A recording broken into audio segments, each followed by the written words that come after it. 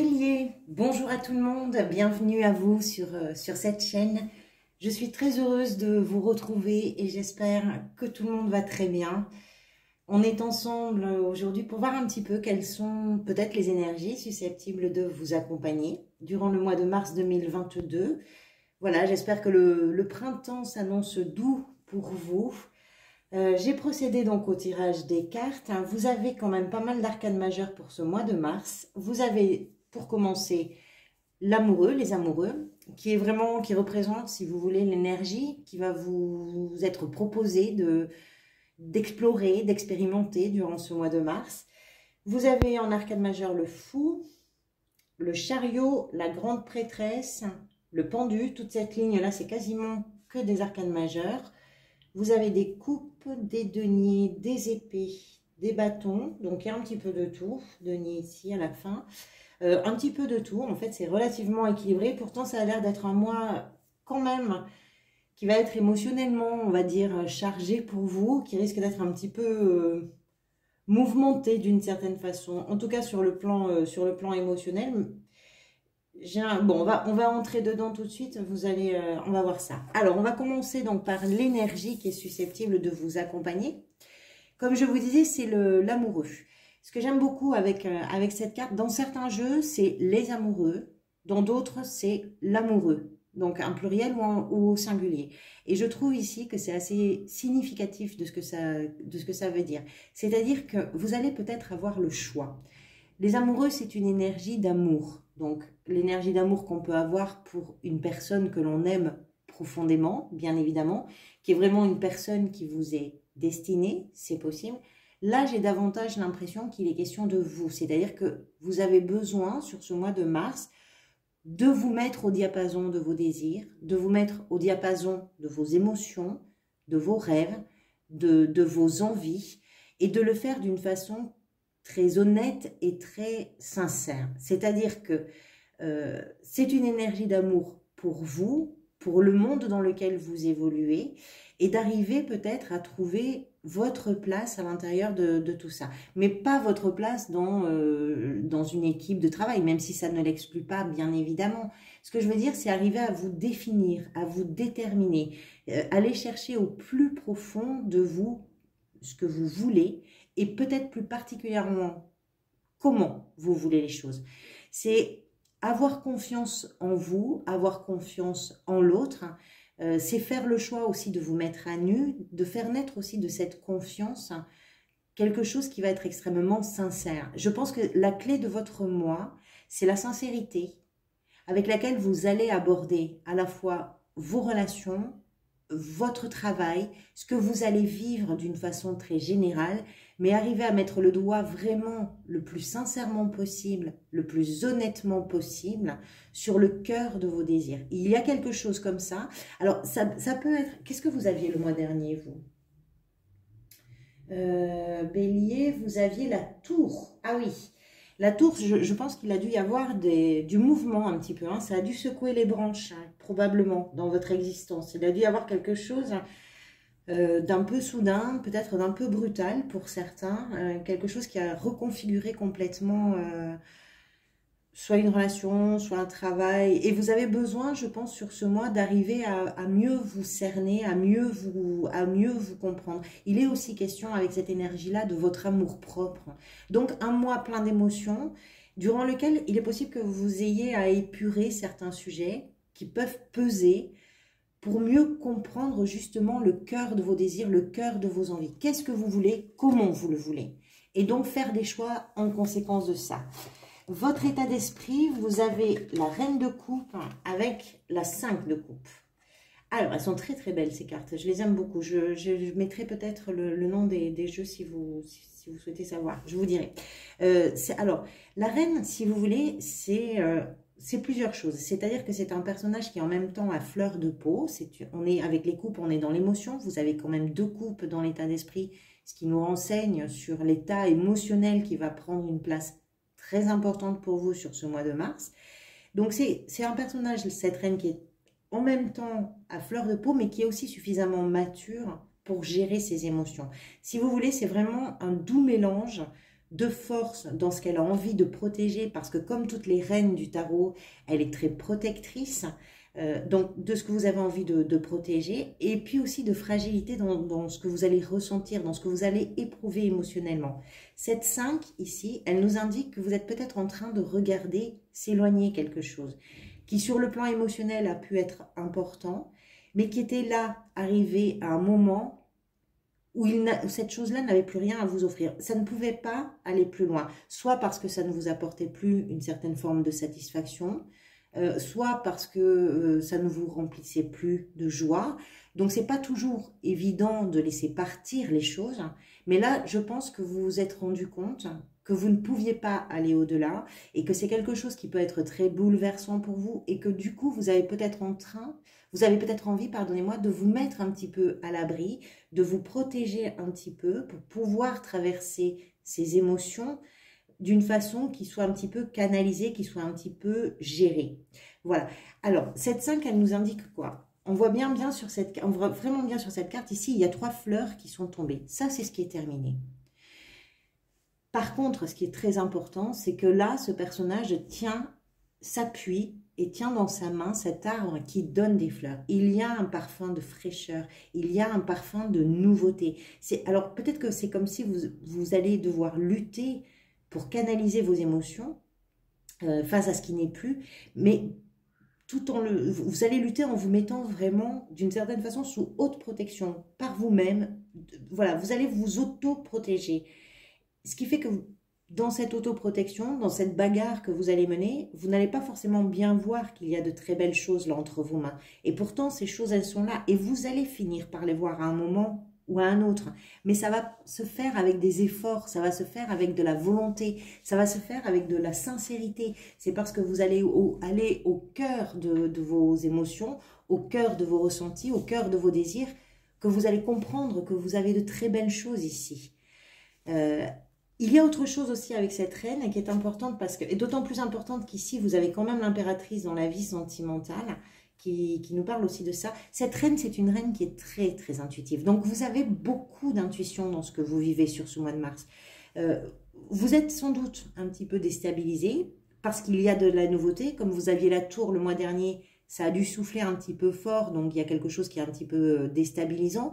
Mais dans cet instant où vous ne savez pas trop comment vous positionner, quoi choisir, tout ça, vous allez essayer de comprendre comment absorber le flot émotionnel qui va parfois vous submerger, parfois vous envahir, parfois, voilà. Vous allez chercher à protéger quelque chose pour pouvoir traverser tout ça le plus tranquillement possible, en sachant que ça vous impacte quand même. Qu'est-ce qui vous a poussé vers ça? C'est le fou. Alors, je pense que ça représente peut-être une fuite en avant, le fou.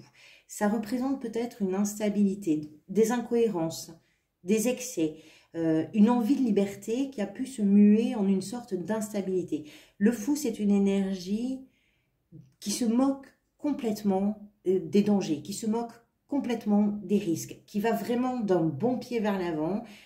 Donc, il y a peut-être une forme d'excès à ça, parce que c'est un personnage qui est très confiant, tellement confiant qu'il ne regarde absolument pas où il pose les pieds. Et puis parfois, quand on pose les pieds sans regarder où, on marche sur la queue d'un monstre et ça peut réveiller une situation qui va être peut-être plus difficile à gérer parce qu'il va y avoir des choses imprévisibles, parce qu'il va y avoir des choses qui vont être impactées. Par exemple, les choses que vous regardez partir, qui sont en train de se terminer et vous en avez conscience.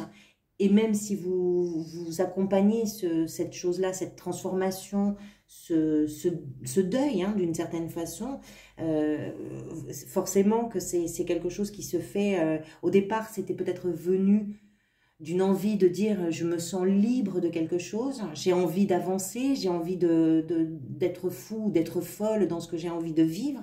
Et puis ça a eu un impact sur certaines choses. Ça peut se faire avec un peu de tumulte, mais vous êtes en train de gérer ce tumulte-là. Voilà, vous êtes en train de gérer ce tumulte-là. Il est d'une certaine façon derrière vous. Maintenant, vous faites un pas en avant. Alors forcément, avec des choses qui vous touchent, qui vous bouleversent, mais vous avancez. Ce que vous voulez le plus, vous, c'est l'as de denier. L'as de denier, ça nous dit, je pense que vous avez envie de mettre en place quelque chose, de fiabiliser quelque chose, de pérenniser quelque chose. Avec les deniers, vous le savez sans doute, on est dans le travail. Ça peut être le travail sur soi. Qui êtes-vous dans ces nouvelles émotions? Qu'est-ce que vous avez vraiment envie de protéger? Quelles sont les choses qui sont importantes pour vous, qui vous définissent, qui font votre identité? Comment vous voulez évoluer à partir de maintenant? Qu'est-ce que vous avez planté dans le sol qui, à partir de là, doit pouvoir pousser? Et puis, ce qui va pousser, c'est quelque chose que vous avez envie de voir avancer dans le temps. C'est un avenir qui se veut rassurant. C'est un avenir. Alors, ça peut être matériel. Avec les deniers, on est bien dans la matérialité. Mais ça peut être aussi un travail sur vous qui fait que vous avez lancé quelque chose de nouveau, que cette nouveauté-là, elle a peut-être bougé des choses au niveau professionnel, au niveau relationnel, je ne sais pas, mais bouger des choses. Et de ce fait, ben maintenant, vous êtes en train de vous redéterminer, de vous repositionner, mais dans quelque chose qui va être pour vous à la fois rassurant, sécurisant, quelque chose que vous avez envie de voir grandir. Donc, je pense que vous êtes vraiment sur un questionnement de savoir ce que vous avez envie d'incarner, comment vous avez envie de l'incarner, quelles sont vos valeurs, qu'est-ce qui vous définit, voilà, et comment vous avez envie de vous définir dans le monde dans lequel vous évoluez. Ça, c'est ce que vous voulez vraiment. Ce qui va venir vous aider, vous avez la 8 d'épée et vous avez ensuite la 10 de bâton qui est le défi, on va voir. La 8 d'épée, ce qui va venir vous aider, alors la 8 d'épée, c'est une carte qui nous parle de vos craintes, qui nous parle de vos peurs, qui nous parle de vos angoisses, de ce qui vous tracasse, de ce qui fait que vous passez des nuits qui ne sont pas forcément de très bonnes nuits. Je pense que ce qui va venir vous aider, c'est justement de voir au-delà des apparences. C'est d'arriver à vous faire confiance, à faire confiance à votre intuition, puisque vous en avez beaucoup sur ce mois de mars, parce que c'est votre intuition, et c'est cette confiance aussi qui vont vous permettre de comprendre que si les choses sont terminées, ben, il y a aussi surtout celles qui commencent et celles que vous avez envie de commencer.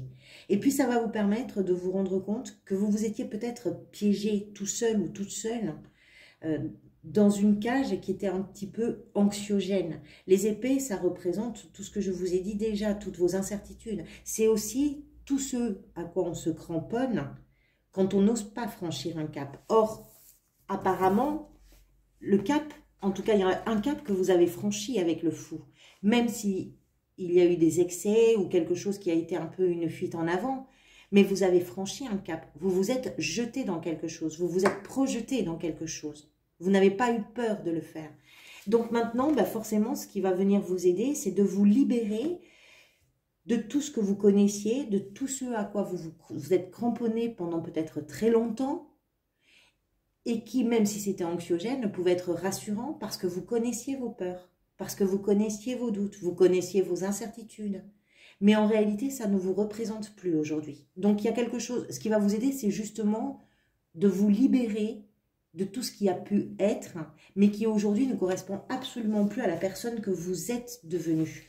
Donc, c'est cette énergie-là qui va vraiment venir vous aider. Votre défi, c'est la 10 de bâton.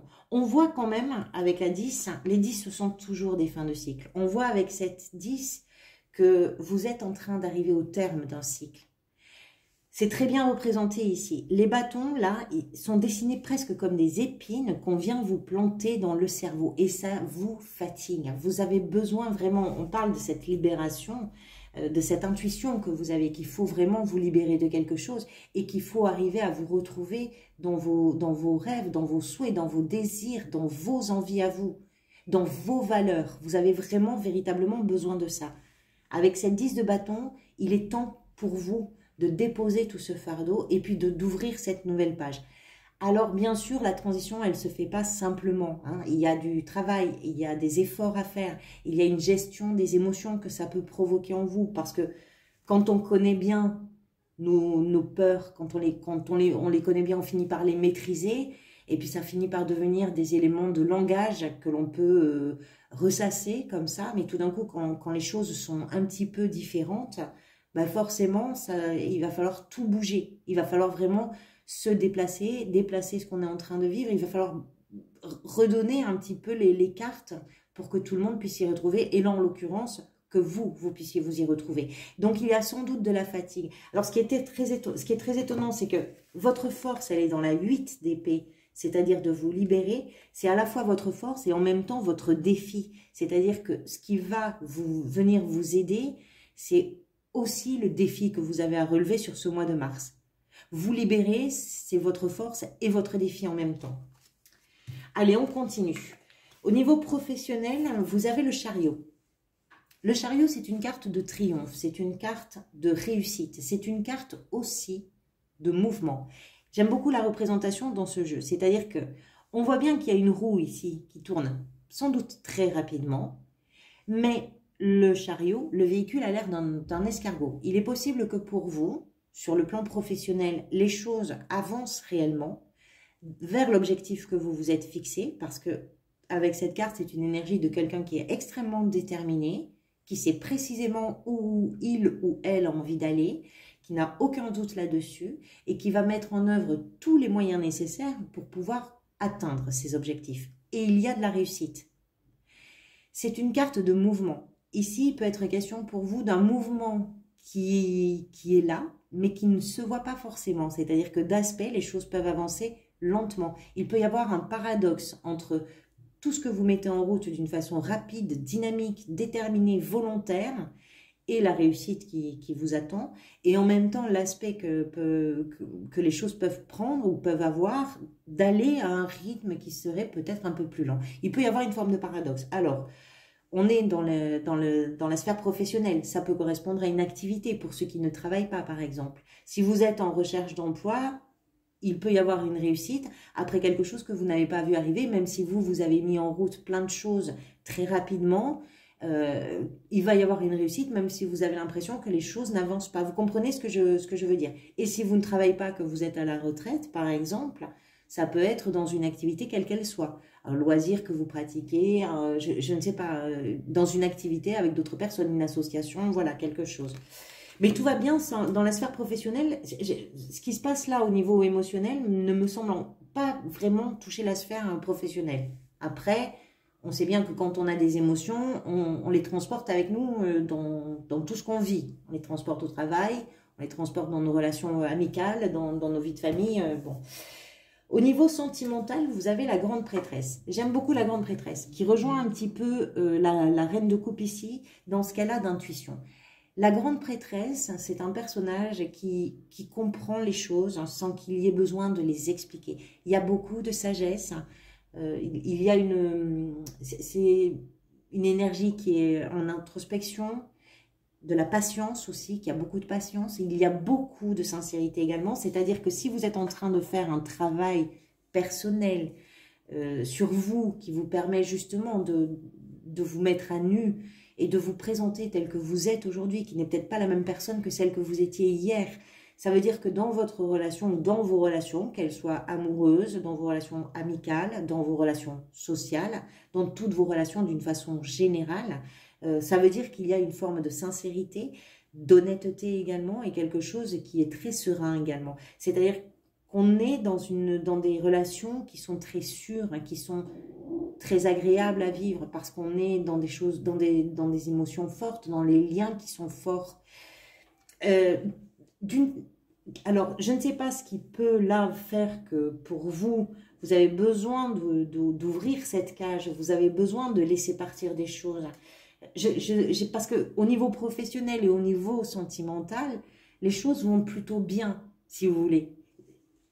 Je vois pas de choses dramatiques, si ce n'est que vous êtes peut-être sur un moment charnière qui vous oblige à vous re-questionner, qui vous oblige à vous repositionner, et que ce questionnement-là vous demande un certain effort et un travail sur vous. Comment vous vous sentez durant ce mois? C'est le pendu. Alors le pendu, c'est souvent une carte qui nous parle d'une situation qui peut être bloquée. Moi, j'ai l'impression là que ça nous parle de ce travail justement que vous êtes en train de faire sur vous et qui indique que vous avez peut-être besoin. Alors parfois, il peut être question de la vie ou des situations qui vont vous imposer de ne pas vous manifester, de ne pas prendre la parole, de ne pas bouger de l'endroit où vous êtes. C'est possible, mais il est possible aussi que ce soit un temps que vous vous mettiez en place pour vous permettre d'appréhender les choses différemment. On voit que certaines choses sont en train de bouger. On voit que vous arrivez à la fin d'un cycle, que vous êtes obligé de regarder, d'accompagner le départ, le deuil, la fin de quelque chose qui émotionnellement était important, et qu'en même temps, vous avez besoin de prendre conscience que ce que vous avez entre les mains, c'est aussi très beau, c'est très prometteur. Qui plus est, vous avez envie de pérenniser cette chose-là. Ça nécessite peut-être de votre part que vous puissiez porter un regard tout à fait différent.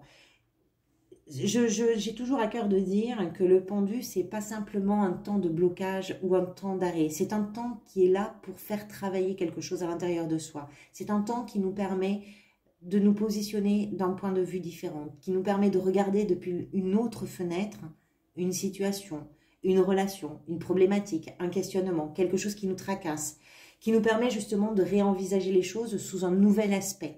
Donc, il est possible qu'à certains moments, vous vous sentiez bloqué, mais il est possible aussi qu'à certains moments, ce soit vous qui soyez à l'origine de ce temps un petit peu suspendu pour vous permettre justement d'élargir votre regard, d'élargir votre compréhension. Avec la grande prêtresse ici, il est question aussi de ça, de ce que vous percevez, des signes que vous arrivez à comprendre, de votre façon de... C'est comme si vous aviez une vision globale, vous avez des yeux partout, de tous les côtés, et tous ces yeux-là, ça vous permet justement d'absorber et puis de comprendre les choses d'une façon peut-être nouvelle et très différente. Voilà, mais ça nécessite aussi peut-être de prendre un petit moment. Ce vers quoi vous allez à la fin du mois, c'est la reine de denier. J'aime beaucoup le contraste entre la reine de coupe et la reine de denier. Pourquoi? Parce que la reine de coupe, qui est très dans l'émotion, elle a besoin aussi, elle a cette fragilité-là, elle a besoin de sécuriser quelque chose. Et justement, à la fin du mois, c'est ce que vous faites. Vous sécurisez quelque chose. Cette reine de denier, c'est un personnage qui est très territorial, c'est-à-dire qu'elle est très consciente que le monde qui l'entoure est un monde précieux, que les gens qu'elle aime sont des gens précieux, que ce qui fait son environnement, la terre, la maison, les liens familiaux, tout ça, c'est extrêmement précieux. Et ça, c'est quelque chose qu'elle veut absolument sécuriser. Donc, il y a un équilibre.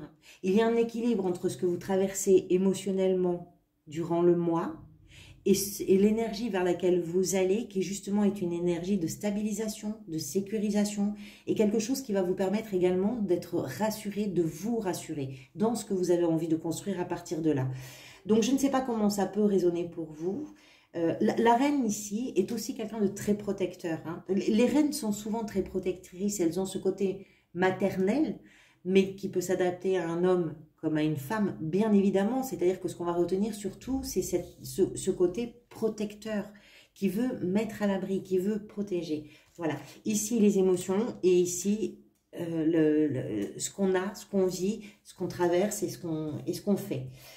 Voilà, j'espère que cette lecture vous apportera des pistes au moins de réflexion. Merci beaucoup pour votre présence. Merci, vous savez que c'est très important pour moi, pour la chaîne également. Donc merci pour tous vos likes, pour tous vos commentaires et puis particulièrement tous vos abonnements. Merci pour tout ça. J'essaierai de faire une lecture intermédiaire avant les prochaines lectures d'énergie mensuelle. Je vais voir comment je peux m'organiser pour ça. En attendant de vous retrouver, en tout cas, surtout, prenez grand soin de vous et prenez grand soin également des gens que vous aimez. Je vous dis à très bientôt. Merci pour votre présence.